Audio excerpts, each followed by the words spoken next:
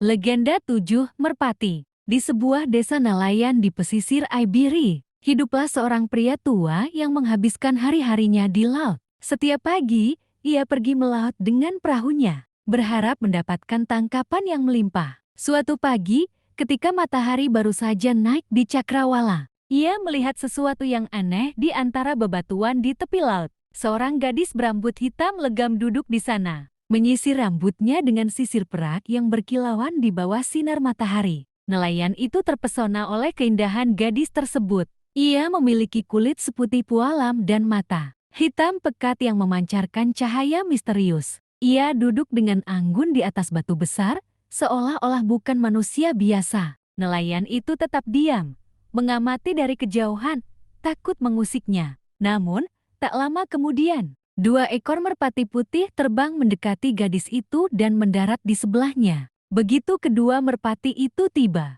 gadis itu menyelesaikan kegiatan menyisir rambutnya. Tanpa ragu, ia berdiri, dan dalam sekejap tubuhnya berubah. Sayap putih besar muncul di punggungnya. Gaun indahnya berubah menjadi bulu yang bersinar, dan di atas kepalanya muncul sebuah mahkota emas. Kini, ia bukan lagi gadis biasa, melainkan seekor angsa yang megah dan bercahaya. Nelayan itu hampir tak bisa mempercayai apa yang dilihatnya. Kedua merpati yang mendampingi gadis itu pun berubah menjadi angsa yang sama indahnya, meskipun tanpa mahkota di kepala mereka. Ketiga burung itu mengepakkan sayapnya, lalu terbang ke arah sebuah kapal yang berlabuh tak jauh dari pantai. Dengan anggun, mereka mendarat di dek kapal yang kosong. Hanya terdengar suara ombak yang bergulung lembut. Sesampainya di kapal, ketiga angsa itu sekali lagi berubah wujud. Sayap-sayap mereka menghilang, dan bulu-bulu putih yang menutupi tubuh mereka lenyap,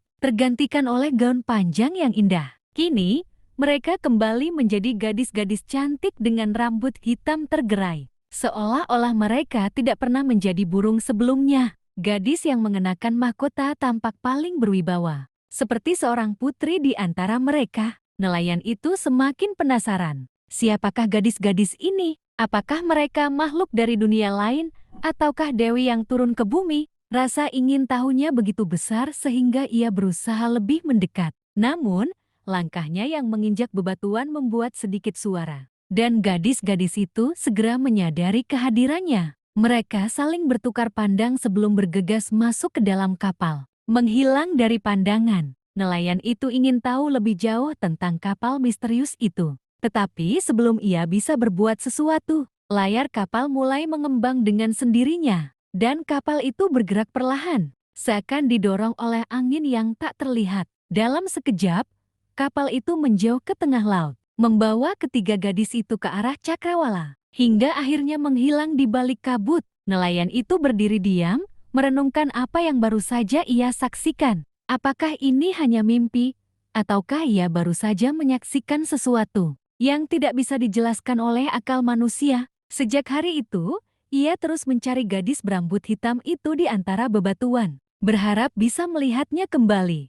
Namun, tak pernah sekalipun ia menemukan jejak mereka. Legenda tentang tujuh merpati pun mulai menyebar di kalangan para nelayan dan penduduk desa. Dikatakan bahwa di malam tertentu, jika seseorang cukup beruntung, mereka bisa melihat tiga angsa bercahaya turun ke kapal yang berlayar tanpa awak. Namun, tidak ada yang tahu siapa mereka sebenarnya, atau kemana mereka pergi setelah meninggalkan laut yang luas.